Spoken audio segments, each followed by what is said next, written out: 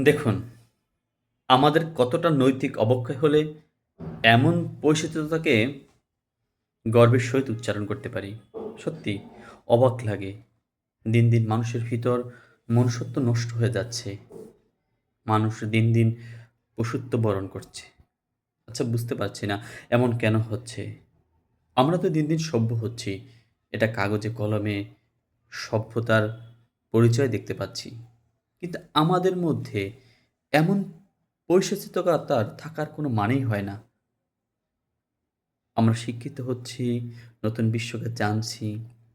তবু, তবু কোন কালো শক্তি আমাদের মধ্যে এমন নৃশংস হতে বাধ্য করে? আমরা মানুষকে মেরে ফেলেছি, মানুষকে পুড়িয়ে ফেলেছি। এইটা মানুষ গর্বের সহিত বলতে পারি। কিভাবে? আরে ভাই সেই মানুষটি তো একটা মানুষ। তিনিও তো আমাদেরই মতো, আমারই মতো রক্তে মাংসে একই মানুষ। তাদের জাত-পাত ভেদে তাকে সম্পূর্ণ একটা ভিন্ন গ্রহের প্রাণী বলার কোনো মানেই হয় না। তাকে কুৎসিতভাবে, খারাপভাবে দেখার কোনো মানেই হয় না। এটা কোনো মানুষের মনুষ্যত্বে পড়ে না। এটা কোনো কিছুর পরিচয় বহন করতে পারে না। তবু আমরা সেই কাজটা বারংবার করছি। বিধর্মীকে মেরে আমরা উল্লাস করি। আমরা ভাবি এটা হয়তো আমাদের মৃত্যুর পরে সুখ দিবে। কিন্তু বিশ্বাস করুন, মানুষ মারার ভিতর কোনো গর্বের কিছু নেই।